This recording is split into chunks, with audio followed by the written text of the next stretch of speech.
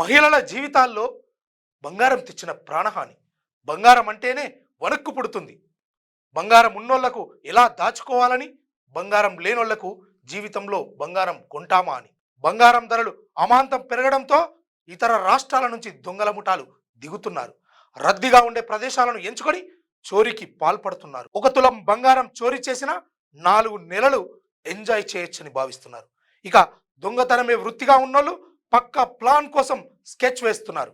వాళ్ళు ఇదివరకే చోరీ చేసిన బైక్లతోనే ఒంటరి మహిళలను టార్గెట్ చేస్తున్నారు. మాకే బంగారం ఉందని బిల్డప్ ఇస్తే ఉన్న బంగారాన్ని ఊడ్చేస్తారు. బంగారంతో భయంగా గడపాల్సింది. ప్రస్తుత పరిస్థితుల్లో జాతరలకు, ఇతర ప్రదేశాలకు బంగారం వేసుకొని వెళ్తే పరిస్థితి చివరికి ఎలా మారుతుందో ఊహించలేం.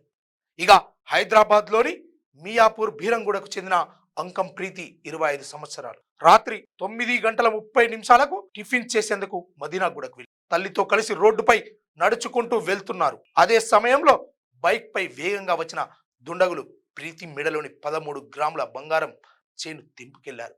ఇది సీసీటీవీలో నంబర్ ప్లేట్ సరిగా రికార్డు కాలేదని పోలీసులు చేతులెత్తేశారు.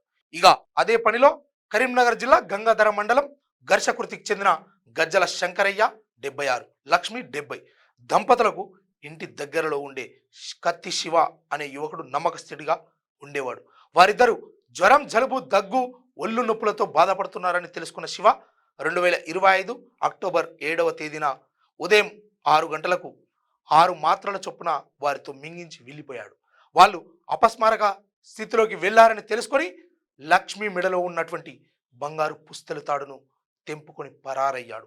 మరుసటి రోజు శంకరయ్య, తర్వాత రోజు లక్ష్మి చనిపోయారు. బంగారం అంటే చివరికి ఎవరికి ప్రేమ కాదు, అదే ప్రాణం అంటే ఎవరికి తీపి కాదు. కానీ బంగారం కోసం ప్రాణం తీయడానికి కూడా వెనుకాడతలేరు. తస్మాత్ జాగ్రత్త.